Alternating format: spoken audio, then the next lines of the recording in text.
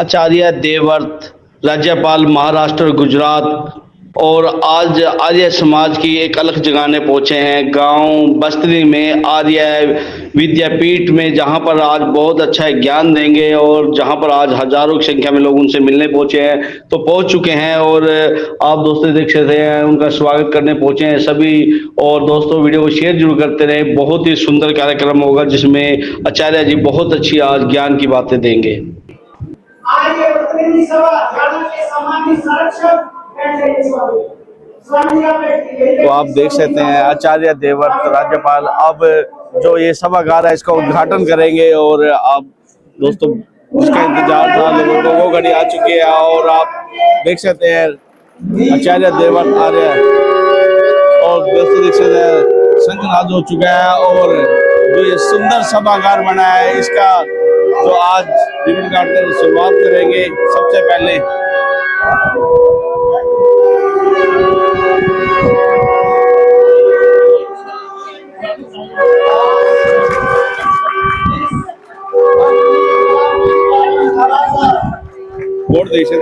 माननीय आचार्य देवव्रत जी महामहिम राज्यपाल गुजरात के कार्यक्रमों द्वारा ये आज इसकी शुरुआत हुई है। तो दोस्तों बहुत ही सुंदर और बिल्कुल आर्य समाज आवाज बुलंद करने के लिए आज राज्यपाल पहुंचे हैं। और डायरेक्टर आर्य विद्यापीठ के कृष्ण आर्य वो भी मौके पर और बहुत सारे जो साथी आज पहुंचे हुए हैं। तो दोस्तों वीडियो को शेयर जरूर करते रहे।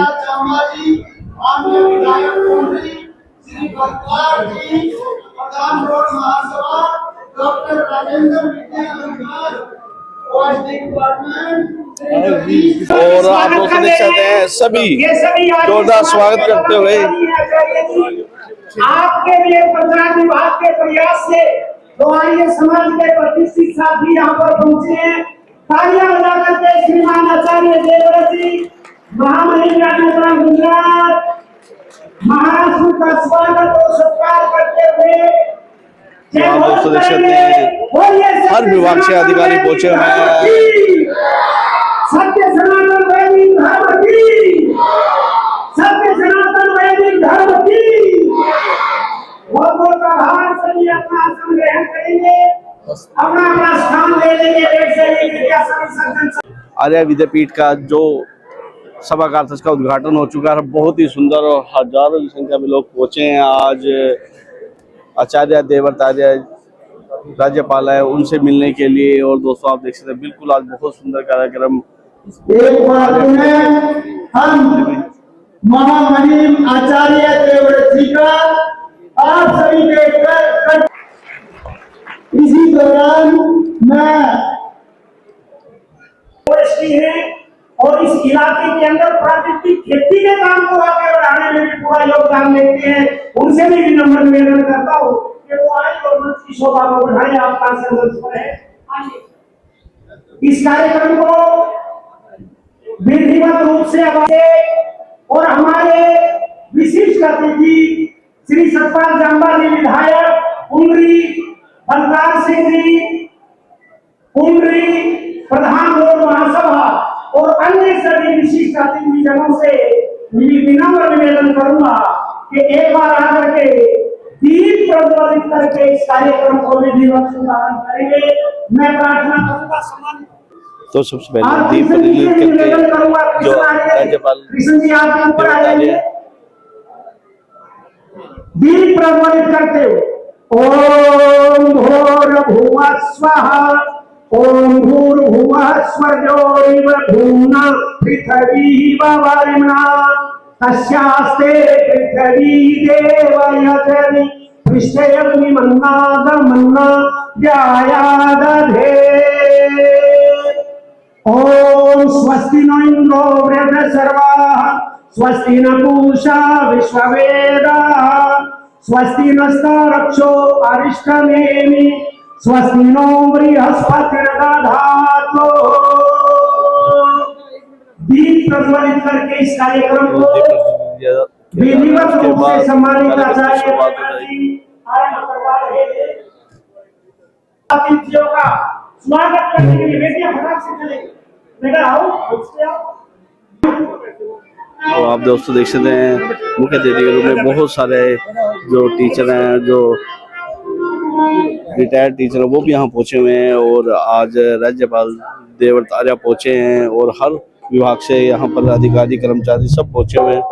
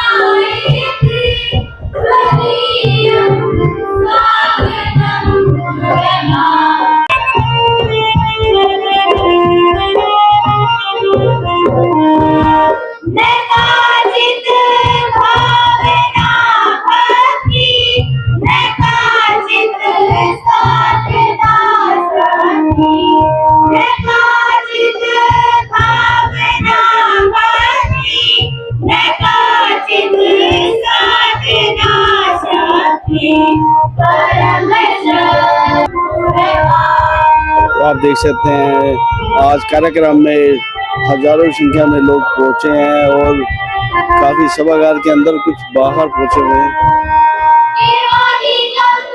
बाहर बैठकर कार्यक्रम की शोभा बढ़ाते हुए तो बहुत ही भव्य और विशाल सभागार बनाया गया है और आज उद्घाटन कर दिया है राज्यपाल द्वारा।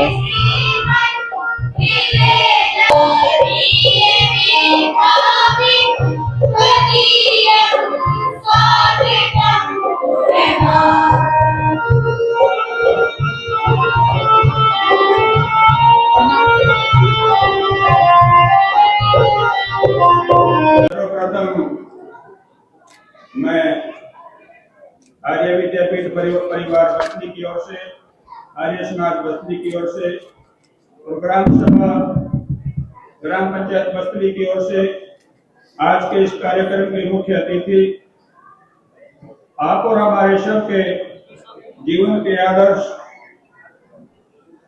स्वामी दयानंद जी के सच्चे सिपाही और आज के समय में किसानों के लिए देखो नसीहा कर करके आए। आज के कार्यक्रम के हमारे मुख्य अतिथि गुजरात एवं महाराष्ट्र के महामहिम राज्यपाल आचार्य देवव्रत जी। आज का यह शुभ मंगल अवसर हम सभी के लिए बहुत सौभाग्य की बात है। आज हमारे बीच वेदों के आदर्शों पर चलने वाले महर्षि देवदयानंद जी की विचारधारा को अपने जीवन में आत्मसात करने वाले, शिक्षा, संस्कार और प्राकृतिक खेती के माध्यम से किसान, समाज और प्रकृति के हित में निरंतर कार्यरत गुजरात और महाराष्ट्र के माननीय राज्यपाल आचार्य देवव्रत जी का पावन आगमन हुआ। हम उनका हार्दिक अभिनंदन करते हैं, स्वागत करते हैं। आचार्य जी का जीवन इस तथ्य का जीवन उदाहरण है कि जब श्रेष्ठ विचारों को कर्म का आधार बनाया जाता है तो इस समाज परिवर्तन का माध्यम बन जाते हैं। आपने शिक्षा और संस्कार को जीवन का ध्येय मानकर गुरुकुल परंपरा में संरक्षण और प्राकृतिक खेती के प्रचार द्वारा समाज को सही शास्त्री को दिशा देने का कार्य किया। प्राकृतिक एवं गौ आधारित खेती के माध्यम से आपने यह स्पष्ट किया है कि किसान कम लागत में आत्मनिर्भर बन सकता है, स्वस्थ जीवन जी सकता है और साथ में पर्यावरण संतुलन की रक्षा भी कर सकता है। आपके आगमन से आर्य विद्यापीठ बस्ती स्वयं को गौरवित महसूस कर रहा है। आपकी प्रेरक वाणी, अनुभव हम सभी को परिश्रम, अनुशासन और सेवा के मार्ग पर आगे बढ़ने का बल प्रदान करते हैं। इसी अवसर पर हम महर्षि दयानंद जी की परंपरा के विद्वान, वेदों के मर्मज्ञ डॉक्टर राजेंद्र विद्यालंकार जी का हार्दिक स्वागत करते हैं। आपका जीवन सत्यनिष्ठा, धर्माचरण, समाजिक के आदर्शों का प्रतीक है। आपके मार्गदर्शन से समाज को वैचारिक स्पष्टता और सही दिशा मिलती है। साथ ही अखिल भारतीय और भाषाओं के निर्वाचित प्रधान, अंतर्राष्ट्रीय वॉलीबॉल खिलाड़ी अर्जुना वाडे प्रकाश सिंह जी का स्वागत करते हैं। हमें बड़े गर्व की अनुभूति होती है कि आपका व्यक्तित्व युवाओं के लिए अनुशासन, परिश्रम और सकारात्मक ऊर्जा का प्रेरणा स्रोत है। और हम यहाँ अलकापुरी के युवा व तेजस्वी विधायक श्री सतपाल जांबा जी का स्वागत करते हुए बड़ी खुशी हो रही है। एक नौजवान बड़ी तेज वाणी से आचार्य जी के विचारों पर चलते हुए अपने कृषि फार्म पर प्राकृतिक खेती कर रहे हैं और साफ और सफाई का बड़ी विशेषता से ध्यान रखते हैं। आपका भी विधायक जी अलकापुरी को बेटी में जिला करनाल में स्वागत करते हैं। हम अपने आत्मचर्या के आगमन पर उत्साह और आत्मविश्वास से आगे बढ़ने की निश्चित रूप से प्राप्त होगी। और मैं अपने बड़े और शिक्षा के क्षेत्र में बच्चों को किस प्रकार से पढ़ाया जाता है, किस प्रकार से मैनेज किया जाता है, हमारे आदरणीय जगदीश चंद्र आर्य जी का आर्य विद्यापीठ बस्तर में बहुत बहुत दिल की गहराई से हार्दिक स्वागत करता हूँ। ये इंसान वो है जिसने इतनी मेहनत की और आज आचार्य जी के साथ बैठ करके अपने रूप में शिक्षा के ब्रांड बन गए। जो स्टेज पर हमारे साथी बैठे हैं सभी शिक्षा के क्षेत्र में इनका ब्रांड है। गुरुकुल के नाम पे इतनी अच्छी शिक्षा बच्चों को बेटियों को दे रहे हैं जिसका आप और हम सबको बड़े अच्छे से मालूम है। आज हमारे मध्य सोतिया स्कूल कॉम्प्लेक्स के प्रधान प्रेसिडेंट श्री डॉक्टर राजनामा जी ने पहुंचना था, उनकी किसी अस्वस्थता के कारण वो नहीं पहुंच पाए। उनके बेटे दिशुदाम्बा जी का मैं यहाँ पर बहुत स्वागत करता हूँ। अंत में सभी कल्याण और मंगल की कामना करते हुए मैं सभी से प्रार्थना करता हूँ बड़े आराम से बैठ करके आचार्य जी के ओजस्वी और बहुत सुंदर विचारों को सुने। आचार्य जी, मैं आपसे रास्ते में भी कह रहा था कि बड़े हमारे लिए बड़े संयोग की बात है। हमारे जैसे छोटे से स्कूल में इतनी महान हस्ती का हमें आशीर्वाद देने के लिए पहुंचना, मैं समझता हूँ कि मेरे जीवन में इससे बड़ी प्राप्ति मेरे लिए कोई हो नहीं सकती। जब आचार्य जी पहले हमें आशीर्वाद देने के लिए विद्यालय में आए थे, उस समय भी कृष्ण पक्ष की और मास की नवासी थी और आज संयोग से कृष्ण पक्ष की और मास की नवासी है। ये आचार्य जी आप पर हमारा संपर्क पता नहीं कितने जन्मों से चला है। और अंत में मैं आप सभी का, सभी पेरेंट्स का, सभी किसान भाइयों का दिल की गहराई से स्वागत करता हूँ। यहाँ पर जो अमृत वर्षा होगी उसका बड़े आराम से आप आनंद लीजिए। सर्वे भवन्तु सुखिनः, सर्वे सन्तु निरामयः।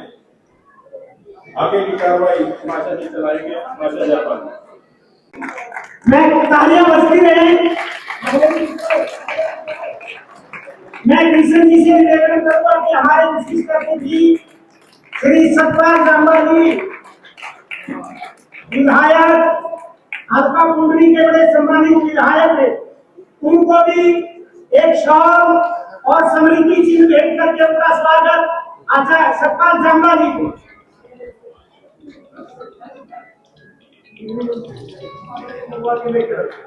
श्रीमान सतपाल जांबा जी का तालियां बजाकर के आप स्वागत करते हैं।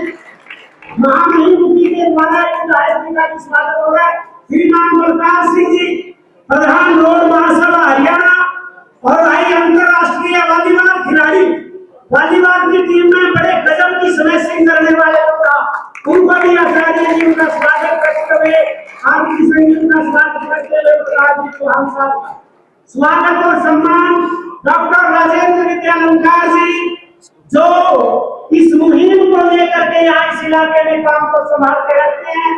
वेदों के विद्वान, प्रचारक और बहुत बड़े शिक्षाविद साथी, उनको भी एक साथ भेंट करके समृद्धि चिन्ह देकर उनका स्वागत करते हुए श्रीमान धर्मवीर आर्य जी, आर्य प्रतिनिधि सभा हरियाणा के सम्मानित प्रधान पद पे जो सुशोभित हुए और आचार्य जी की कृपा से सर्वसम्मति से उनको प्रधान बनाया गया। उन्होंने हरियाणा की सभी आर्य समाजों में सर्वसम्मति से उनको प्रधान बनाया। उनका स्वागत और सम्मान करते हुए श्री प्रीतम सिंह जी, पृथ्वी सिंह जी दादूपुर हमारे बीच में समाज सेवी, उनका भी स्वागत छत्र और शॉल जो है ना भेंट करके समृद्धि चिन्ह से करके उनका स्वागत करते हुए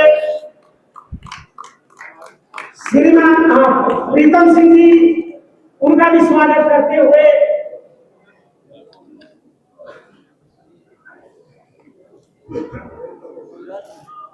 श्रीमान ओजस्वी इस इलाके में शिक्षा के क्षेत्र में इसी प्रकार समिति से भेंट करके उनका स्वागत, उनका सत्कार करते हुए भाई श्री कृष्ण जी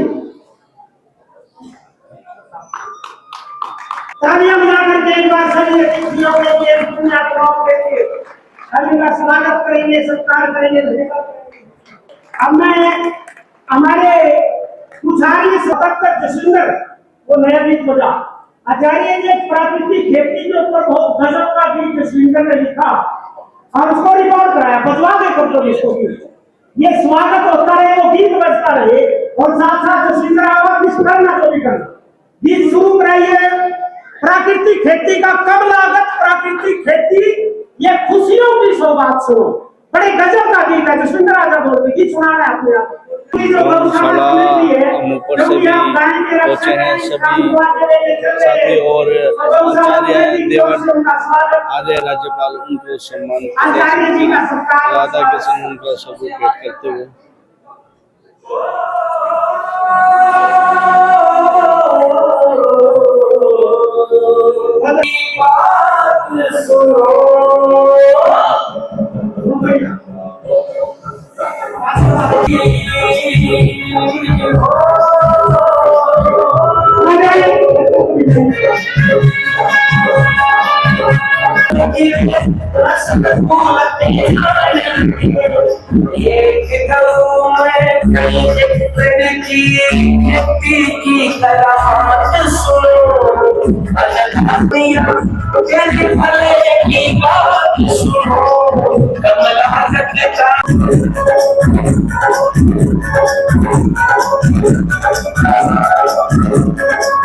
जिसका दूध अमृत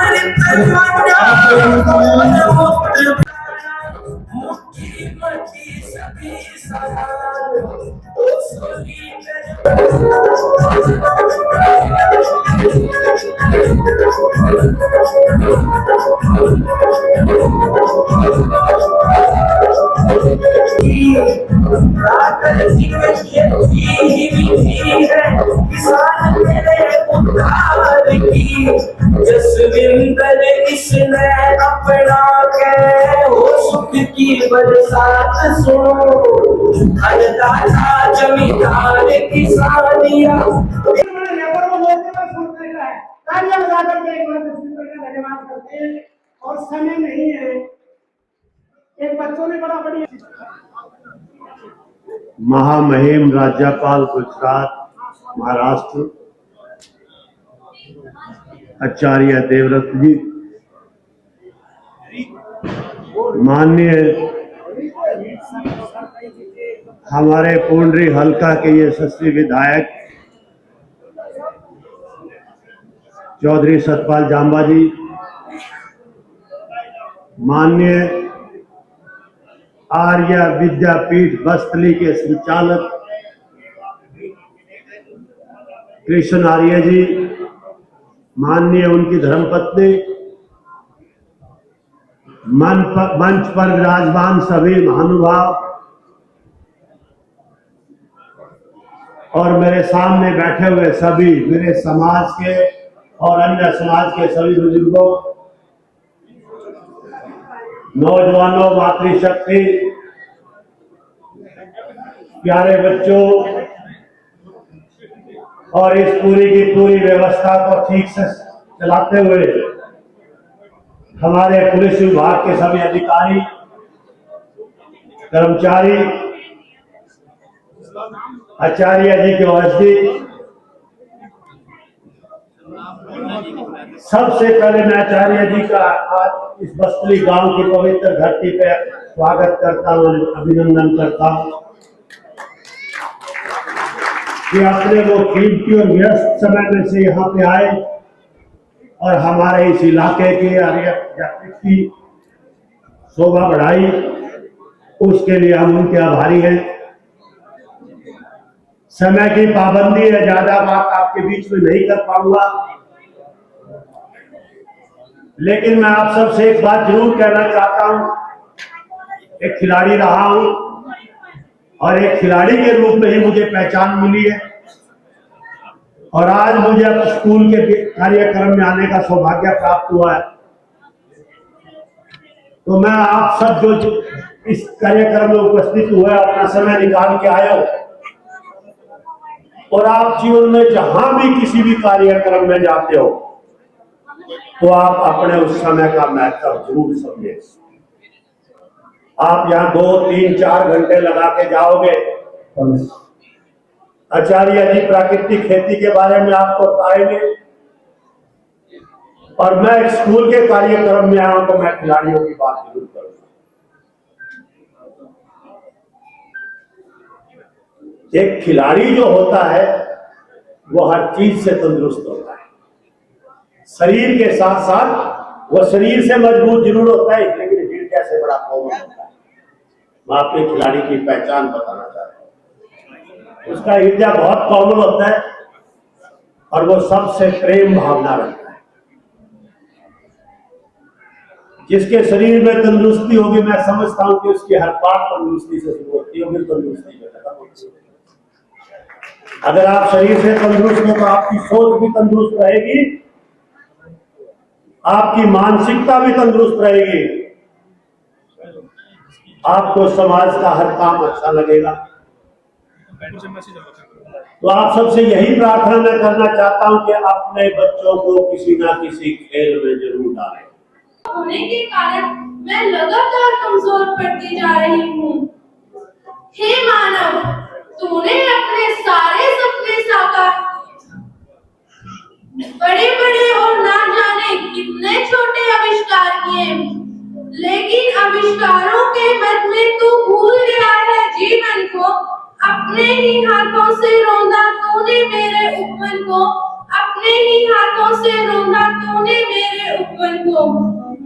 लेकिन मैं एक समय याद करती हूँ जब तू मेरा रखवाला हुआ करता था, जब मैं घर आती बहुत सुंदर और पावन हरे भरे वृक्षों से लदी हुई मन भावन।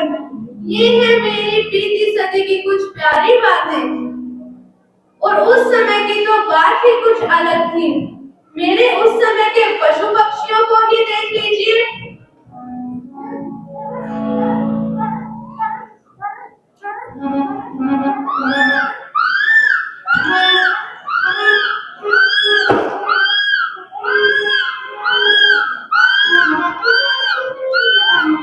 उस समय का तो किसान भी बहुत मेहनती और ईमानदार हुआ करता था।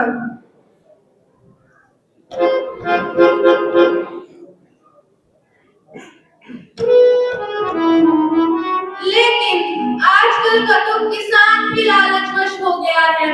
अपने लालच की पूर्ति के लिए वो मेरे संसाधनों का दुरुपयोग कर रहा है, मेरी प्रकृति का विनाश कर रहा है। ये पेड़ मेरे खेत के बीच बाधा डाल रहा है, मुझे इसे काटना पड़ेगा।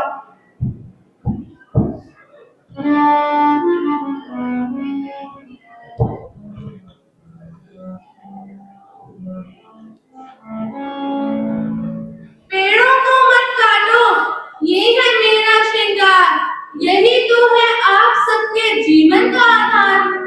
हे मूर्ख मनुष्य, तू मेरी प्रकृति का तो विनाश कर ही रहा है, साथ ही साथ तू अपने जीवन के साथ भी खिलवाड़ कर रहा है। क्यों जन्म लिया, क्यों बड़ा हुआ, जब सर्वनाश ही करना था। जिस गोद में तू पला बड़ा, अपमान उसी का करना था। कर मत भूल, समझ ले आप, इसी में तेरी भलाई है। जब जब अभिमान बड़ा मानव का धरती, तब तब क्रोध दिखाई है, तब तब क्रोध दिखाई है। लेकिन मानव की तो प्रवृत्ति ही ऐसी होती है, जब तक इसका खुद का कोई नुकसान नहीं होता तब तक इसे कुछ भी समझ में नहीं आता। भाई देखो कल दिनेश की खेती कितनी अच्छी है। हाँ भाई, सुनने में आया दिनेश की खेती तो बहुत अच्छी हुई है। उसने ऐसा क्या किया कि उसकी खेती इतनी अच्छी हुई है? भाई उसने खेतों में रासायनिक खादों का छिड़काव किया। रासायनिक खाद, ये क्या है भाई? रासायनिक खाद वह है जो फसलों को और अधिक अच्छा करता है। चलो भाई, बाजार से हम भी रासायनिक खाद लेकर आते हैं। चलो भाई चलते हैं। जीवामृत, घनजीवामृत, नीमास्त्र, अग्नियास्त्र, ब्रह्मास्त्र, सोनास्त्र, एवं पंचगव्य छाछ का इस्तेमाल कर मेरी मिट्टी की उत्पादकता को बढ़ाया है। आप सब भी इन प्राकृतिक घटकों का उपयोग कर मेरे रखवाले बन धरती माँ को सुखी एवं संपन्न बना सकते हैं। हम शब्द लेते हैं कि जैसे गुजरात के राज्यपाल महामहिम आचार्य देवव्रत जी ने प्राकृतिक खेती को अपनाया, हम भी अपनाएंगे। हम रासायनिक खादों का उपयोग नहीं करेंगे। हम केवल प्राकृतिक खादों का उपयोग नहीं करेंगे।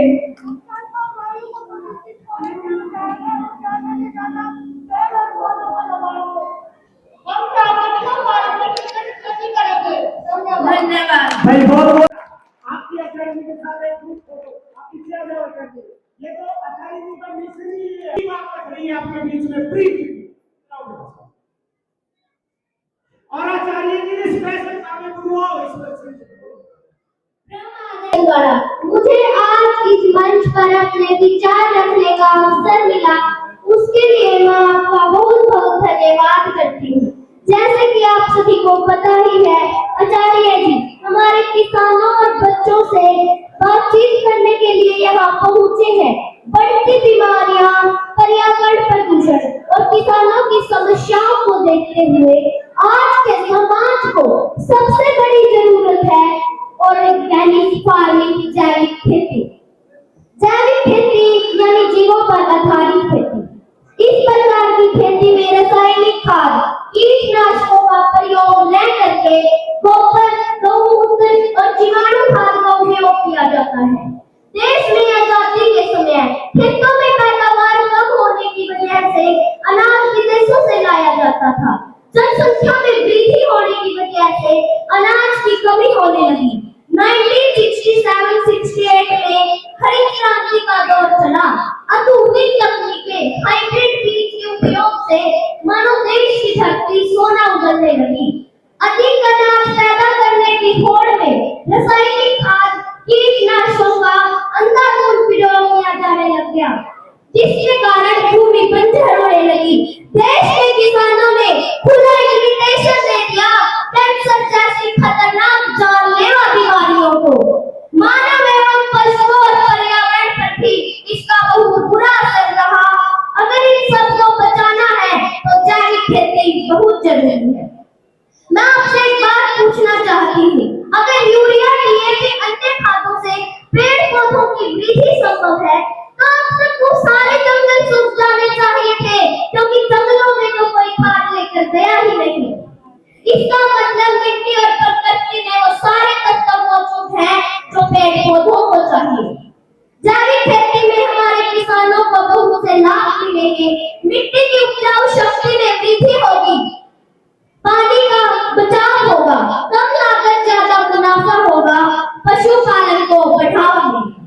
जो लोग सिर्फ पैसा कमाने की होड़ में लगे हुए हैं, अगर आपके बच्चे का स्वास्थ्य ही सही नहीं है तो क्या करोगे उन पैसों का? हमारे शास्त्रों में लिखा गया है, पहला सुख निरोगी काया, दूसरा सुख पास में माया। पैसे को आज भी दूसरे नंबर पे रखा गया है। अगर आप चाहते हो हमारी नस्लें बची रहे तो नेचुरल फार्मिंग बहुत जरूरी है। और आज बात फसल और नस्ल की है तो यहाँ सभी बच्चे और उनके अभिभावक बैठे हैं, तो मैं उनको भी कुछ बात कहना चाहूंगी।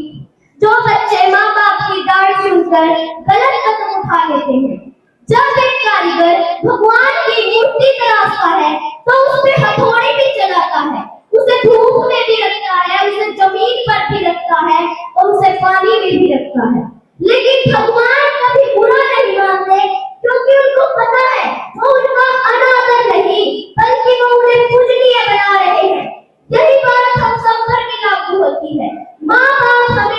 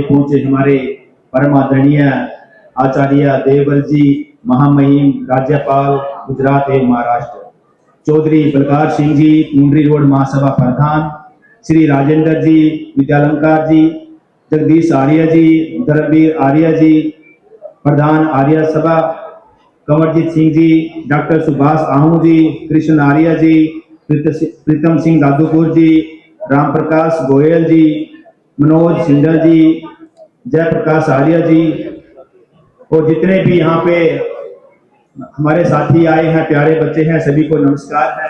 क्योंकि टाइम की थोड़ी सी शॉर्टेज है, मैं ज्यादा लंबा नहीं बोलूंगा, लेकिन इतना जरूर कहूंगा, जिस इंसान को आप सामने बैठे देख रहे हो, ये हमारे प्राकृतिक खेती के जनक हैं। ये हमारी फसलों को तो बचा रहे हैं, साथ में हमारी नस्लों को भी बचा रहे हैं। अगर हमारी नस्लें नहीं बचेंगी तो फिर क्या फायदा। छोटी सी बेटी ने कहा कि बच्चे हमारी दौलत हैं। अगर अपनी इस दौलत को आपने बचाना है तो अपने प्राकृतिक खेती की तरफ हमें जाना पड़ेगा, ये समय की मांग है। मैंने एक चैनल पे सुना था, भारत में अगर ऐसे ही रासायनिक खेती होती रही 2040 तक हमारे देश की 30% आबादी कैंसर से पीड़ित होगी। समय की मांग है प्राकृतिक खेती, नेचुरल फार्मिंग। मैं कहता हूं आचार्य जी ने मुझे एक मिशन दिया है, जिंदगी का एक मिशन दिया है, मैं इनका धन्यवाद करता हूं। मेरा जिंदगी का एक ही मिशन है कि ज्यादा से ज्यादा नेचुरल फार्मिंग, प्राकृतिक खेती हमारे किसान भाई करें। मैं कहता हूं अगर मैं ज्यादा से ज्यादा किसानों को उस रास्ते पे ले आया तो इस जिंदगी में आना सफल होगा। क्योंकि अब वो जमाना नहीं रहा हमारे 5 बच्चे 10 बच्चे होते थे, अब वो है कि हमारा 1 बच्चा है, 2 बच्चा। सोचिए अगर यही बच्चे हमारे बीमारियों से पीड़ित हो गए, कैंसर से पीड़ित हो गए, हमारे पास क्या बचेगा। हम लालच में इतने अंधे हो चुके हैं, हमें सिर्फ पैसे के सिवा कुछ नहीं दिख रहा।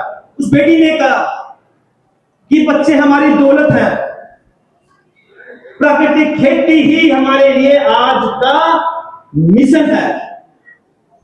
अगर हमने प्राकृतिक खेती नहीं करी, घर घर में कैंसर होगी। मेरे किसान भाइयों, जागने का टाइम है, जागिए। और हमें तो मसीहा मिला है प्राकृतिक खेती का। 2024 में हमारे सांसद निविन जी ने जो वैसे ही बोल दिया कि आप जाओ कुछ क्षेत्र में प्राकृतिक खेती की ट्रेनिंग लेके आओ। मैं भी नया था राजनीति में, मैं बोला भैया मेरे नेता हैं, कहना तो मानना पड़ेगा। लेकिन जब वहां पे डॉक्टर हरिओम ने मुझे 3 दिन की जो ट्रेनिंग दी, मेरी जिंदगी बदल दी। वो कहते हैं हर चीज की शुरुआत अपने घर से होती है। मैंने अपनी सारी खेती प्राकृतिक खेती से शुरू करी और लोगों को बताया, देखिए जो कहते थे कि भाई उपज कम होती है, ये झूठ है। आप मेरी जाके देखिए, नॉर्मल खेती से ज्यादा उपज हुई है हमारी इस खेती में। और दिल को तसल्ली मिलती है कि एक नेक काम किया। अरे हमारी जमीन बंजर नहीं हो रही अगर हम ऐसे ही रासायनिक खेती करते रहे। हमारी जो बेटियां, हमारी बहू है, वो बांझ हो जाएंगी। आज 10 में से 8 केस डॉक्टर के पास जाते हैं कि भाई बच्चे नहीं पैदा हो रहे। उसका एक ही कारण है, खान पान, रासायनिक खेती। अगर हम अभी भी नहीं जागे तो जाग नहीं पाएंगे। ज्यादा टाइम नहीं लूंगा और एक बात कहूंगा आचार्य जी, मैं आपसे इतना प्रभावित हूं।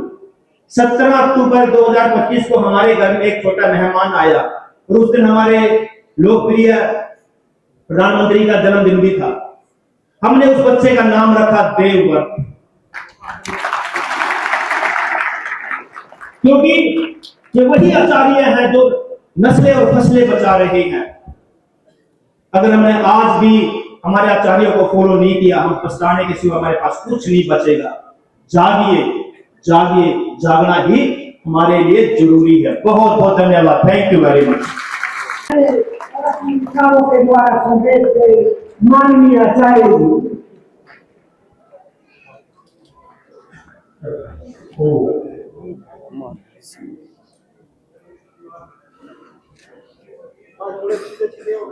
मंच पर उपस्थित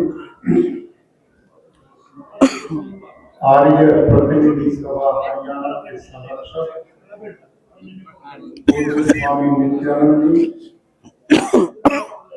और अभी जिनके ओजस्वी विचारों को हमने सुना, ऐसे हल्का कुंडरी के विधायक माननीय श्री सतपाल जांबा जी, आर्य प्रतिनिधि सभा हरियाणा के प्रधान माननीय श्री धर्मवीर आर्य जी, मंत्री श्री विजयपाल आर्य जी, वेदों के प्रकांड विद्वान, चिंतक और मनीषी आदरणीय डॉक्टर राजेंद्र विद्यालंकार जी, इसकी थोड़ी आवाज कम कर रहे हैं, मेरे सहयोगी माननीय श्री जगदीश आर्य जी, माननीय श्री कंवरजीत सिंह जी, माननीय श्री प्रीतम सिंह जी और इस आर्य विद्यापीठ के प्रधान भाई कृष्ण आर्य जी और रोड महासभा हरियाणा के प्रधान, जिनके बहुत सार्वजनिक विचारों को हमने सुना, ऐसे अपने समय के बड़े ऊर्जावान खिलाड़ी माननीय श्री बलराज कुंडरी जी, माननीय श्रीमती सीमा आर्य जी, प्रबंधक आर्य विद्यापीठ बस्तरी, माननीय श्री राम प्रकाश गोयल जी, और आज जहां पर पधारे थे इस क्षेत्र के आर्य समाजों से आए हुए दूर दूर से भाइयों बहनों, इस विद्यालय के सभी अध्यापक अध्यापिकाएं और प्यारे प्यारे बालकों, कई वर्ष पहले इसी आर्य विद्यापीठ में आने का मौका मिला। कृष्ण आर्य, उनका जीवन भी श्रेष्ठ लोगों जैसा ही है, बहुत सौम्य है, बहुत सरल है, और उन्होंने कुछ सालों पहले यह विद्या का पौधा लगाया था और 2000 से भी ज्यादा बालक बालिकाएं इस विद्यापीठ में पढ़ रहे हैं। इस पूरे इलाके में उन्होंने शिक्षा की जो ज्योत जलाई है, उसके लिए कृष्ण आर्य, उनकी धर्मपत्नी को मैं बधाई देता हूँ, साधुवाद देता हूँ, अभिनंदन करता हूँ। भाइयों, मेरे से पहले माननीय श्री बलराज जी कुंडरी प्रधान रोड महासभा ने और माननीय जांबा साहब ने अपने विचार रखे। बड़ी बहुमूल्य चर्चा उन्होंने आपके बीच में की। एक जमाना था जब हरियाणा के गांव के अंदर अखाड़े चलते थे, सब बालक खेलते थे, मेहनत से पसीना बहाते थे, खेतों में काम करते थे, मौका ही नहीं मिलता था गलत दिशा में जाने का। आज बड़ा दुर्भाग्य है कि हरियाणा जैसे प्रदेश में, जहां एक कहावत थी, देशों में देश हरियाणा, जहां दूध दही का खाना, लेकिन दूध दही का खाना गांव में गाय भैंस बची ही नहीं। गांव में भी थैलियों का दूध जाना शुरू हो गया। शराब के ठेके जरूर चौराहे पर दिखाई पड़ते हैं। ऐसी स्थिति में हमारी आने वाली पीढ़ियां कैसे बलवान और मजबूत हों, कैसे वो संस्कारवान बने। छोटी सी बालिका अभी हमारे बीच में विष्णु बोल रही थी, छोटी सी गुड़िया, उसने बहुत गंभीर चर्चाएं हमारे बीच में की।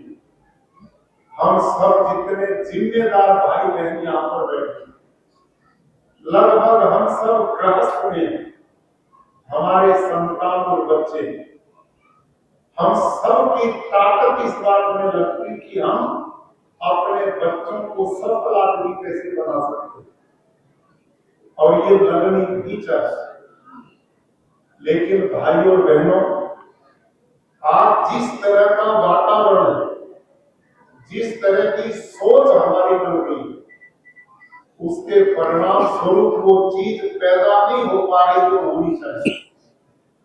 और मैं समझता हूं एक जमाना था कि जब इस हरियाणा प्रदेश के गांव गांव में आर्य समाज के भजनों प्रदेशों की टोलियां घूमती, ये भाई जयपाल जी, जसविंदर जी जैसे लोग गांव गांव में जाते थे। उस समय टेलीविजन नहीं थे, और ये मोबाइल में जो हाथ में आया तो सबसे खतरनाक पीढ़ियों के लिए बन रहा, ये भी नहीं था। वो लोगों का मनोरंजन भी कराते थे, और मनोरंजन के साथ साथ बहुत गहरी बात कह जाते थे जो लोगों के जीवन को बहुत सद्गुणों की ओर प्रेरित करती। एक जमाना था गांव में शराबी ढूंढे नहीं मिलता, लोग व्यसनों से दूर थे, गांव में भाईचारा था, दिन भर खेत में मेहनत करते थे, शाम को किसी बैठक में बैठकर खाते थे, बहुत हंसते थे, और दिन भर की अपने खेतों की गतिविधि भी सुनते थे। मेरे को जमाना याद है जब बैठक में चारों तरफ से शाम को बड़े बुजुर्ग खेतों में काम करने के बाद बैठते थे, इतना भाईचारा था, डगवाला होता। आज हमारा हल उनके खेत में रहा, कल दूसरों का हल हमारे खेत में आया। आज हमारा परिवार पड़ोसी के खेत में काम कर रहा, अगले दिन पड़ोसी का परिवार हमारे यहाँ काम करे। गांव में हर वर्ग के लोग एक दूसरे के साथ मिलकर प्यार और मोहब्बत के साथ रहते, इतना भाईचारा कि गांव में किसी एक आदमी को कांटा भी लगता था तो उसके सुख दुखी पूछने जाते। गांव की संस्कृति बहुत सम्मान की संस्कृति, लेकिन आज पार्टीबाजियों ने गांव उजाड़ दी, बोलचाल आपस में रह नहीं दी, खान पान सारे दूषित हो गए, वो विचारधारा जो मिलती थी वो मिल नहीं रही। आज पुनः इसकी बहुत बड़ी जरूरत है, और यहाँ सौभाग्य से आर्य समागम के कई समागम के प्रधान आए। हमारे यहाँ आर्य प्रतिनिधि सभा हरियाणा है पूरे प्रदेश में, जिसका काम गांव में जा जाकर युवा पीढ़ी को व्यसन मुक्त करना, अंधविश्वास बुराइयों से बचाना, भारत की वैदिक परंपराओं को जीवित करना रहा। आज उसी दिशा में हमारे बीच में श्री धर्मवीर आर्य प्रधान उपस्थित हुए, और हमारे युवा साथी विजयपाल आर्य जी मंत्री के रूप में उपस्थित, और पूज्य स्वामी नित्यानंद जी हमारे बीच में। इन सब से मेरा नम्रतापूर्वक आग्रह रहेगा कि आप पुनः हरियाणा के गांव गांव में हमारे जो युवा बच्चे, उनके शिविर लगे, उनको जीवन में उपयोगी होने वाली बातें कही जाए। और आज जो नशा बहुत बड़ी बर्बादी का कारण बन गया, पंजाब एक ऐसा प्रदेश था हमारे पड़ोस में जहां के बहादुर जवान इस देश की सेना में भारत के गौरव और गरिमा को बढ़ाते हैं। आज पंजाब में भर्ती होने लायक युवा नहीं बचे। आज नशे ने उस प्रांत को तबाह कर दिया, और आप यहाँ बहुत जिम्मेदार लोग बैठे। मुझे पता कृष्ण आर्य खुद वो बहुत भले आदमी हैं, उनके मित्र और भाईचारे के लोग भी उन्हीं जैसे हैं। हम और आप सबने समझना पड़ेगा, और एक वातावरण खड़ा करना पड़ेगा कि भाई जो अंधविश्वास, तरह तरह के नशे बच्चों में आ रहे, आपस में भाईचारा कमजोर पड़ रहा है, इसको पुनः मजबूत करना पड़ेगा, जिससे हम भी सुखी हों और आने वाली पीढ़ियां भी सुखी हो सके। आज हमने समझना पड़ेगा, वो छोटी सी बालिका बड़ा मजबूत संदेश हमें देकर के गई। बच्चे नहीं बिगड़े हैं, वो तो अबोध है, वो तो अनजान है, वो तो कुछ भी विचारधारा लेकर के नहीं आए। वो जो कुछ सीख पा रहे वो मेरे और आपसे सीख पा रहे। हम अच्छे बनेंगे तो वो अपने आप देख करके अच्छे बनेंगे। गीता में लिखा महाजनों ये गत सपन, बड़े लोग जिस रास्ते पर चलते हैं छोटे बालक उसे देख करके उसके अपने आप चलते हैं। हम बड़े जब आदर्श स्थापित करेंगे, अब मैं अपने बालक को ये कहूं कि भाई टीवी नहीं देखना और मैं सारा दिन टीवी पर बैठा रहूं, तो वो कैसे मेरी बात मानेगा? मैं खुद शराब पी हूं और बालक को कहूं ये स्वास्थ्य के लिए हानिकारक है, वो कैसे मानेगा?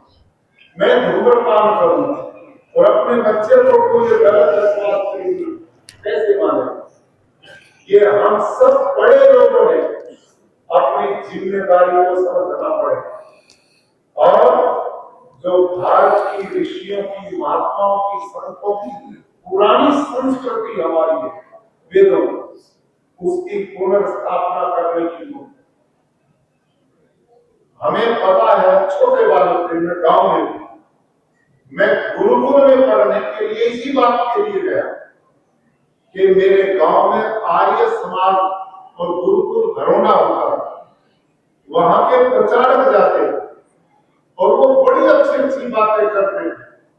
भाई अपने बच्चों को नशों से बचाओ, अपने बच्चों को कुरीतियों से बचाओ, उनको गलत संगत से बचाओ, उनमें आदर्श स्थापित करो, बेटे बेटियों को पढ़ाओ, और जो आदर्श लोग हैं उनका जीवन अपनाओ।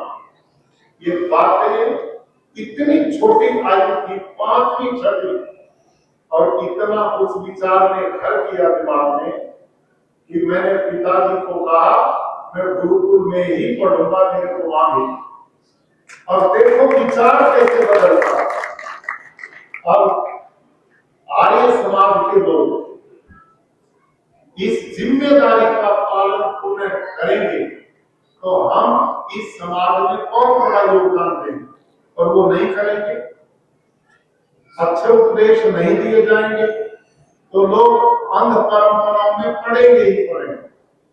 और इतना विश्वास कर रहा है कि लोग अपना बहुत बड़ा धन और समय उसकी बर्बाद कर देते। विवेक और समझदारी की बहुत बड़ी जरूरत है समाज में, इस दिशा में काम होना ही चाहिए। और जो हमारे इस प्रकार के आर्य समाज के लोग यहाँ आए, आपको गोहाना तक के लोग यहाँ पर आए, रोहतक जिला में सोनभद्र आए, उन सब का भी अभिनंदन है। और इन ऐसे भाइयों से मेरा निवेदन है कि गांव-गांव में विचार करें और हमारे युवा बेटा बेटी उनके लिए गांव में ग्राम बने, खेल के मैदान में, उससे अनुशासन भी आता, शरीर से प्रेम भी होता। जो आदमी शरीर से प्रेम करेगा वो बुराई से भी बचता है। ये खेल कूद हमारे जीवन का अभिन्न अंग होते थे, ऐसी परंपरा पहले थी। अब अगली बात जो महत्वपूर्ण, मेरे से पहले आदरणीय श्री सतपाल जी जांबा हमारे विधायक हैं केंद्रीय, बहुत तेजस्वी नौजवान है, और मुझे बहुत खुशी इस बात की है कि वो जो चीज जान लेते हैं सत्य को आधार बनाकर उस पर बड़ी मेहनत से अपना काम करते हैं। पिछले दिनों प्राकृतिक खेती उन्होंने गुरुकुल कुरुक्षेत्र में आकर, हमारे यहाँ ट्रेनिंग सेंटर चलता है किसानों की, और वो फ्री में चलता, कोई पैसा नहीं लेते हैं। वहां आप आए और प्राकृतिक खेती की ट्रेनिंग दी, और मुझे भी बता रहे कि उन्होंने पूरे खेत में प्राकृतिक खेती शुरू कर दी, बताया, मेरा अभी उत्पादन किसी से कम नहीं हुआ। अब मैं यही चर्चा आपके बीच में करने लगा हूं। पहले मैं पूछूंगा, आप ऐसे लोग हाथ खड़ा करेंगे जो खेती कर रहे हैं, किसान है, जो किसान है, बहुत अच्छा, धन्यवाद, बहुत बड़ी संख्या में आप। अच्छा, ऐसे लोग हाथ खड़ा करेंगे जो रोटी खाते हैं, लोग वही में बैठी है और बनाती वही और हाथ नहीं खड़ा करती। देखो तुम्हारा धन्यवाद। अब ध्यान, आप बहुत बड़ी संख्या में आप कृष्ण भाई के आंकड़े पर यहाँ आए और मैं रात चल के आया हूं गुजरात से। इस समय गुजरात में प्राकृतिक खेती मिशन को इतनी तेजी से आगे बढ़ाया है, वहां की सरकार हमारे साथ जुड़ी और भारत के माननीय प्रधानमंत्री जी ने तो आपके भविष्य के लिए इतना बड़ा काम किया है। इस मिशन को उन्होंने बहुत नजदीक से देखा और रासायनिक खेती के दुष्परिणाम को देखकर अब उन्होंने प्राकृतिक खेती को राष्ट्रीय प्राकृतिक कृषि मिशन बना दिया, बन चुका। अब ये पूरे देश में चलने वाला, पूरे देश। अब आपने बातचीत करनी भाई मेरे साथ, चुपचाप नहीं बैठना। मैं तो सारी जिंदगी बच्चे पढ़ाता रहा। अब ये मान के चलो मैं गवर्नर नहीं, मैं किसान हूं, एक शिक्षक हूं और आप मेरे विद्यार्थी। आप प्राकृतिक खेती से इसलिए डरते हैं कि यदि हम प्राकृतिक खेती करेंगे तो हमारा उत्पादन कम हो जाएगा। आया ना? बोलो भाई कमजोर विद्यार्थियों, मजबूती से बोलना मेरी तरफ। आया ना? यही कारण है। अब इसको समझो, देखो, दो तरह की रसायन मुक्त खेती है इस देश में। अब तक आपने खेती का नाम सुना, जैविक खेती सुना है ना? तो छोटी सी बिटिया भी बोल रही थी, जिसको अंग्रेजी में ऑर्गेनिक फार्मिंग बोलते हैं। मैं जिस खेती का प्रचार करता हूं वो ऑर्गेनिक खेती नहीं, वो जैविक खेती नहीं। इसको समझना, आपका उत्पादन जैविक खेती में घटता है, उसमें खर्चा भी कम नहीं होता और मेहनत भी कम नहीं होती। उस खेती को भारत सरकार पिछले 30-40 साल से करवा रही है, लेकिन लोगों में लोकप्रिय नहीं है। लोग उसे नहीं अपना पाए क्योंकि उसमें उत्पादन नहीं मिलता। मैंने गुरुकुल कुरुक्षेत्र में 5 एकड़ में जैविक खेती की थी 3 साल। मेरे को कोई लाभ नहीं मिला उसमें। और उसके जब मैं गहराई पे गया तो उसमें सूक्ष्म जीवाणु बड़े कम बढ़ते हैं। इसलिए रासायनिक खेती के मुकाबले जैविक खेती टिकती नहीं। मैं जैविक खेती की बात नहीं करता और इस पर आपका समय भी खराब नहीं करता। अब प्राकृतिक खेती बिल्कुल उससे अलग है। इसमें आपका उत्पादन नहीं घटेगा। क्यों नहीं घटेगा ये भी मैं बताऊं। देखो, प्राकृतिक खेती क्या है? आप कभी जंगल में गए? बोलो, जंगल देखा ना? खेतों में तो कुछ छोड़ा नहीं आपने। हरियाणा वाले कितने मजबूत हैं, इन्होंने तो खेत में छाया के लिए बैठ गए, वो भी पेड़ नहीं छोड़ा, खेत के सारे पेड़ काट दिए। कहीं नहीं पेड़ दिखता खेतों में। ये दुर्भाग्य है। आज विषय बहुत लंबा है, उतनी लंबी बात नहीं करूंगा, बहुत सूक्ष्म बात आपके बीच में करूंगा। जंगल में आप बताओ, तो बेटी बोल रही थी अभी हमारे लिए, सैकड़ों हजारों तरह के पेड़ पौधे जंगल में हैं। बताओ वहां यूरिया कौन डालता, डीएपी कौन डालता, जंतुनाशक कौन डालता, गोबर की खाद कौन डालता, पानी कौन देने जाता? कोई भी नहीं जाता। और जंगल के पेड़ सारे हरे भरे। जंगल का पेड़ समय आने पर फल से लग जाता है और जंगल के पेड़ के एक पत्ते को तोड़वा प्रयोगशाला में नहीं है, उसमें एक भी पोषक तत्व की कमी नहीं मिलेगी। उसमें phosphorus, zinc, potash, magnesium, iron, copper आदि सब जितना चाहिए भरपूर मात्रा में। कहां से आ भाई? ये सब प्रकृति की व्यवस्था में, प्राकृतिक व्यवस्था। वहां जंगल में आप और मेरे जैसे समाजदार की पहुंच नहीं है, इसलिए वहां सब कुछ ठीक है। और प्राकृतिक खेती क्या है? जो नियम जंगल में है वैसी स्थिति हमारे खेत में पैदा हो, इसका नाम प्राकृतिक खेती है, नेचुरल फार्मिंग है। एक बात समझ में आ गई कि नहीं? अब दूसरी बात समझो, बहुत गहराई। इस देश में ये यूरिया, डीएपी, रासायनिक खेती 1960 के दशक में शुरू हुई।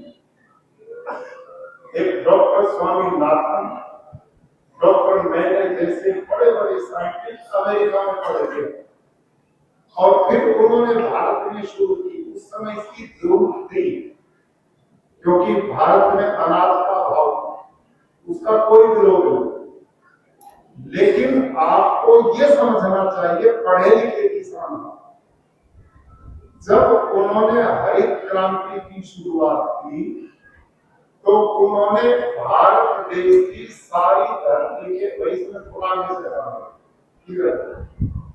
उसने सारी धरती का ऑर्गेनिक कार्बन जांच करवा कि धरती की गुणवत्ता कैसी। तो आज भी एग्रीकल्चर यूनिवर्सिटी पंतनगर जो उत्तराखंड में, वहां से शुरू हुई, वहां आज भी रिपोर्ट है सारे देश की धरती, सब किसानों की धरती का ऑर्गेनिक कार्बन 2 से 2.5% था। कितना था बोलो? 2 से 2.5%। क्या मतलब? इस देश की सारी धरती इतनी उपजाऊ थी जैसे जंगल की भूमि होती, जंगल की भूमि। और उस समय स्वामीनाथन ने 1 हेक्टेयर जमीन में 13 किलो नाइट्रोजन डालने की सिफारिश की। कितनी? 13 किलो।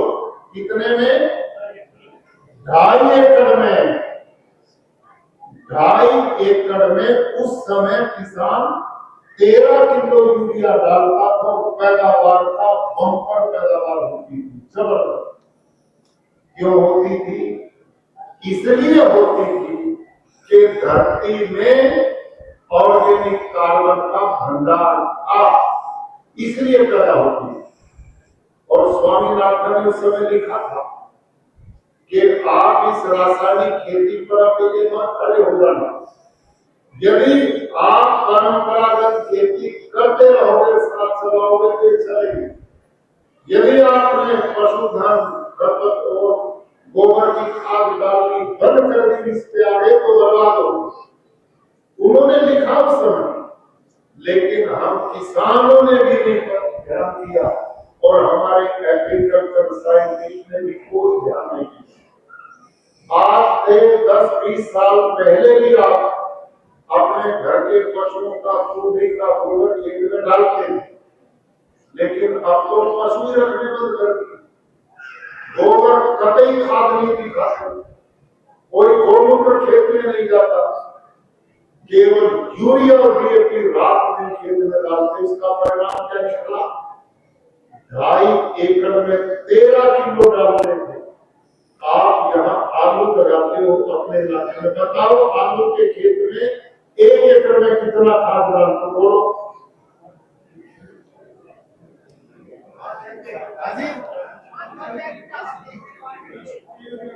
बोलो। 7। सुनो जी, अब सुनो ध्यान से। उस टाइम 2.5 एकड़ में 13 किलो डालने से प्रॉपर उत्पादन है। आज अकेले आलू के केंद्र बता रहे 7-8 बैग तक आप एक किले में कट्टे डालते हो ना, कम से कम एक किले में। और फिर उसमें जहर के स्प्रे मैंने किसान से पूछा, शाबाश जी आपने तो 7 कट्टे बताए, उसने बताए 13 कट्टे, और वो बता रहा था कि मैं ट्राली में भरता हूं छोड़ के और सारी धरती को संकेत कर देता, धरती नहीं दिखती आधी दिखता, और फिर वो उसमें आलू लगाता। और मैंने उससे कहा कि भाई इतना जहर डालेगा, इसका परिणाम सुनो, मैं कागज पे लिख के दे सकता हूँ, मेरा आलू खाकर कैंसर ना हो तो जुर्माना करने आ जाना। समझ में आया ना? ये आज ये प्रोग्राम चल रहा है। अब ये क्यों हुआ, ये हालत क्यों आई? 13 किलो से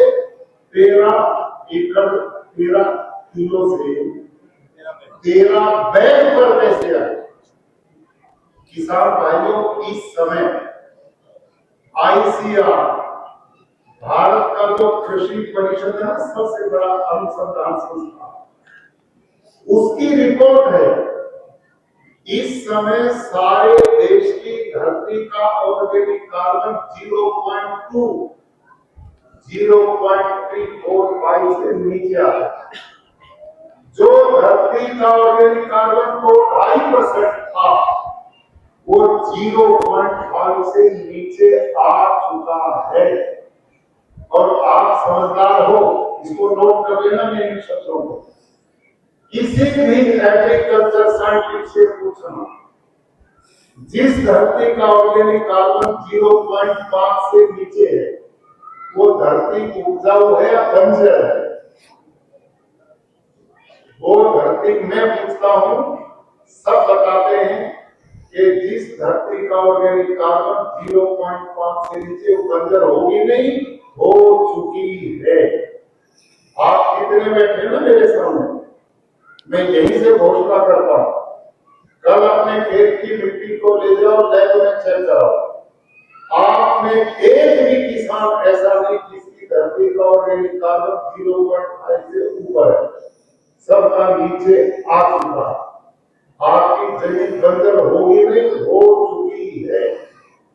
और आने वाली पीढ़ियों को हमारे बड़ों ने तो हमें उपजाऊ जमीन दी थी, जंगल की तरह उपजाऊ जमीन, आपको जमीन बंजर दे करके हम जाएंगे। और धरती के नीचे का पानी, मैं कल गुजरात के आनंद जिले के एक पलोर गांव में रात को रुका, और मैं वहां रात को उनके गांव के स्कूल में रुका।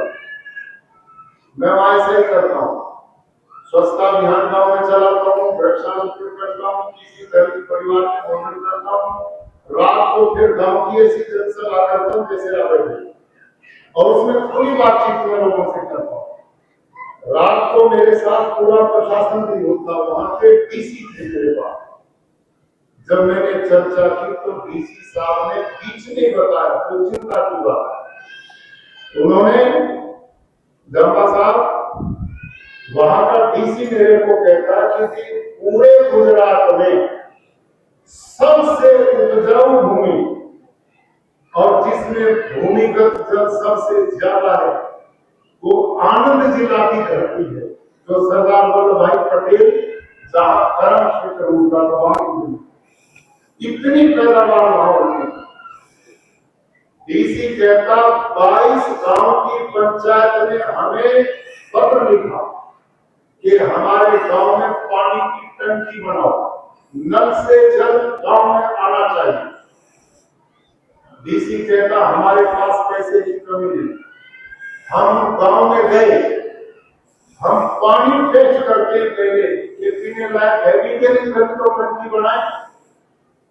तो जब वहां का पानी टेस्ट किया, 22 गांव में हमारी टीम गई, सारे गांव के भूमिगत पानी में नाइट्रेट मिला, नाइट्रेट जहर जो यूरिया है वो सारा धरती में भूमिगत पानी में मिल रहा है। सरकार ने साफ जवाब दे दिया कि यहाँ टैंकी नहीं बनाना। इस जमीन के पानी में इतना जहर मिल चुका है कि लोगों के स्वास्थ्य के लिए खतरनाक। ये काम हम कर रहे हैं, ये उपलब्धि हमारी। दूसरी उपलब्धि, जिस धरती का ऑर्गेनिक कार्बन 2 से 2.5% था, आज घटा करके हमने इसको बंजर बना दिया है। ये जो बेटियां नाटक प्रस्तुत कर रही थी और वो छोटी बेटियां कर रही थी, वो एक बहुत बड़ी पीड़ा है। आप छोटे से लालच के लिए केवल इसलिए कर रहे कि उत्पादन बढ़ाओ, उत्पादन, ये नहीं देखते इसके दुष्परिणाम क्या है। और इसका दुष्परिणाम सुनो आगे ध्यान से। अभी 1 महीना पहले दैनिक भास्कर अखबार में फ्रंट पेज पर एक रिसर्च रिपोर्ट छापी है, पूरे देश में छपी है। और उसमें क्या किया, उन्होंने 105 ऐसी माताएं ली जिन्होंने अभी बच्चों को जन्म दिया। आदमी की माताओं की बात कह रहा हूं। कितनी ली बोलो भाई? 105। उन माताओं का दूध उन्होंने कलेक्ट किया और लैब में टेस्ट किया। 105 में से 105 में ही दूध में जहर पाया, डिटर्जेंट पाया, उसमें तरह तरह के केमिकल मिले, यूरिया पाया। अब आप सोचो, इतना छोटा सा 2-2.5 किलो का बालक, जिसके लिए मां का दूध सबसे पवित्र निरापद माना जाता है, उसमें भी रिपोर्ट में 105 में से 105 नहीं रहता है। उन बच्चों का क्या बनेगा जो जानवर की चिंता करें? क्या बनेगा? दूसरी रिपोर्ट, एग्रीकल्चर यूनिवर्सिटी है एक पश्चिमी बंगाल में, एक है तेलंगाना। वहां के 10 एग्रीकल्चर साइंटिस्ट जो ICAR में काम करते हैं, उन्होंने 1 साल पहले एक रिसर्च किया कि भारत देश के लोगों का पेट भरने का 2 अनाज महत्वपूर्ण है, गेहूं और चावल। ये 2 ही खाते हैं। इन दोनों में रिसर्च किया उन साइंटिस्टों ने, 10 लोगों ने भी, और क्या पाया कि इस समय भारत में जो खेती हो रही और उससे गेहूं और चावल पैदा हुआ, उसमें 45% पोषक तत्व उसमें बचे ही नहीं, खत्म। और उसमें आर्सेनिक, भयंकर जहर जो सांप के जहर जैसा माना जाता है, ऐसे उसमें 50 तरह के केमिकल जहर गेहूं और चावल में पाए गए। और ये सारा का सारा हम खा रहे हैं। और अगली रिपोर्ट क्या दी साइंटिस्ट ने, अगले 20 साल में यदि यूं ही खेती करते रहे तो ये 45% जो 55% बचा वो भी नहीं बचेगा और पेट भरेगा, मिलेगा कुछ नहीं। लोग मोटे दिखेंगे लेकिन अंदर से भूख नहीं मिलेगी। और इस जहर के कारण आज आदमी का शरीर ऊपर से देखने में बड़ा तगड़ा दिखता, अंदर से खोखला हो चुका, उसके अंग अंदर के कमजोर पड़ रहे। आज सब्जी, गेहूं, चावल, गन्ना, आपका कोई भी फ्रूट और पशु का दूध, किसी को भी चेक करा लो, सब में जहर आ रहा। अरे खुद सोचो ना, कहां तो 2.5 किलो में 13 किलो यूरिया पड़ना था और कहां 1 एकड़ में साल में 13 बैग तो सारी डाल रहे हो। 3 फसलों में 13 बैग तो सबके पड़ी रही। ये जहर कहां जाएगा? धरती माता जवाब दे चुकी, इसमें अब सहन करने की ताकत बची नहीं। और वो धरती पे वही तो देगी। धरती पर जब जहर दिया वही पौधों में जाता है, अनाज, सब्जी, भाजी सब में आता है और हमारे शरीर में है। इसका परिणाम अब बोलना मेरे पीछे ध्यान से, बोलो मेरे पीछे। आज से 40 साल पहले किसी ने कैंसर नाम का रोग सुना? बोलो भाई। कोई हार्ट अटैक को जानता था, कोई डायबिटीज को जानता था। अच्छा तो बताओ, जितने बैठे किसी के भी बाप ने घुटने बदलवाए थे? सारे भी बदल रहे, सारे लाइन में बैठे, काम कतई नहीं घुटनों का करते हुए घुटने सब के बदले। कितनी प्रोग्रेस है! ये किसकी कृपा है? ये शहर जो तुम छुपे पड़े हो ना सारा दिन, इसका परिणाम। आज धरती का पानी दूषित, हवा दूषित, और हमारा शरीर, लोगों का घर, अस्पताल भरे पड़े। मेरे पास सबसे ज्यादा फोन इसलिए आते हैं, साहब एक बेड दिलवा दो बस किसी तरह। सबसे ज्यादा फोन इस बात के आते हैं, बेड दिलवा दो, तुरंत दिलवा दो, नहीं तो गया। छोटे छोटे बच्चे कैंसर से जूझ रहे। आज से 10-12 साल पहले यूएन ने घोषणा की थी भारत के बारे में कि जिस तरह से भारत के लोग जीवन जी रहे थे, वो खाना खा रहे, यही चलता रहा तो वहां डायबिटीज का विस्फोट होगा, शुगर के रोगियों का विस्फोट होगा। हो गया कि नहीं? आप जितने बैठे यहां, कोई ऐसा आदमी है आपने और मेरे से जिसके परिवार रिश्तेदारी में शुगर के मरीज ना हो? बता दो। रिश्तेदारी में भी नहीं।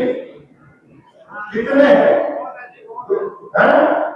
कोई नहीं बचा हुआ। इतना फर्क है, क्यों? और ये 10 ही साल में अब एक नई रिपोर्ट आई है, तो बोलो ना, फिर कमजोर क्यों पड़े? रसोई है, अच्छा आपकी रसोई में सारा सामान है भोजन का। आपकी रसोई में दाल भी है, आटा भी है, चावल भी है, नमक भी है, मीठा भी है, घी तेल भी है, और मोदी जी की दी हुई गैस भी है। ऐसा नहीं है ना? अच्छा सारी चीजें हैं, और भोजन बनाने वाला ना हो तो भोजन बनकर अपने बाहर आ जाएगा। नहीं समझ में आई? नहीं बनेगा ना भोजन।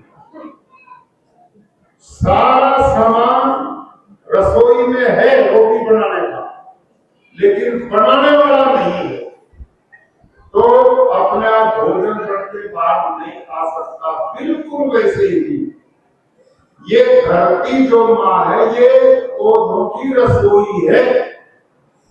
इसमें पौधे को भोजन देने का सारा सामान है, लेकिन उस सामान से पौधे का भोजन बनाने का काम केंचुआ करता, सूक्ष्म जीवाणु करते, मित्र कीट करते, और वो तुमने सारी मार दी। जब रोटी बनाने वाला मार दिया तो रोटी कहां तक परोसोगे? कि हम प्राकृतिक खेती करेंगे, करेंगे। धन्यवाद, अपने लिए ताली बजाओ। और मैं तुम्हें बहुत बधाई देता हूँ आपके इस कार्यक्रम के लिए। आपने आज समाज के भी लोग यहाँ बुलाए, किसान बंधु बुलाए, और इस स्कूल में जो विद्या का प्रचार भावी पीढ़ी को दे रहे, संस्कार दे रहे, ये बहुत पुण्य का कार्य कर रहे हैं। आप सब आए, बहुत बहुत सबका धन्यवाद। और मंच पर जितनी बंधुओं का धन्यवाद। बहुत बहुत धन्यवाद। बैठे रहिए, अभी बैठे रहिए, इसमें 2 मिनट और आप बैठिए। एक तो सूचना ये सुन लीजिए, आप सब के लिए प्रसाद भोजन की व्यवस्था है। व्यक्ति हो, आचार्य जी ने सारी बात नहीं रखी, अगर सारी बात जाननी हो सुननी है, यूट्यूब और फेसबुक पे एक चैनल है, चैनल का नाम है ऋषि दृष्टि। क्या नाम है? जरा बोलिए एक बार, क्या नाम है भाई? बोलो क्या नाम है? इसको सब्सक्राइब कीजिएगा और सारा ज्ञान खेती का ले लीजिएगा। सभी का बहुत बहुत धन्यवाद। ओम शांति अंतरिक्षम शांति, पृथ्वी शांति, शांति, रोषधया शांति, वनस्पतयः शांति, विश्वे देवा शांति, ब्रह्म शांति सर्वम शांति शांति देव शांति साम शांति देहि ओम शांति शांति शांति ओम। बोले भारत माता की जय। बहुत आभार, बहुत धन्यवाद, बहुत धन्यवाद। हाँ, थोड़े थोड़े करके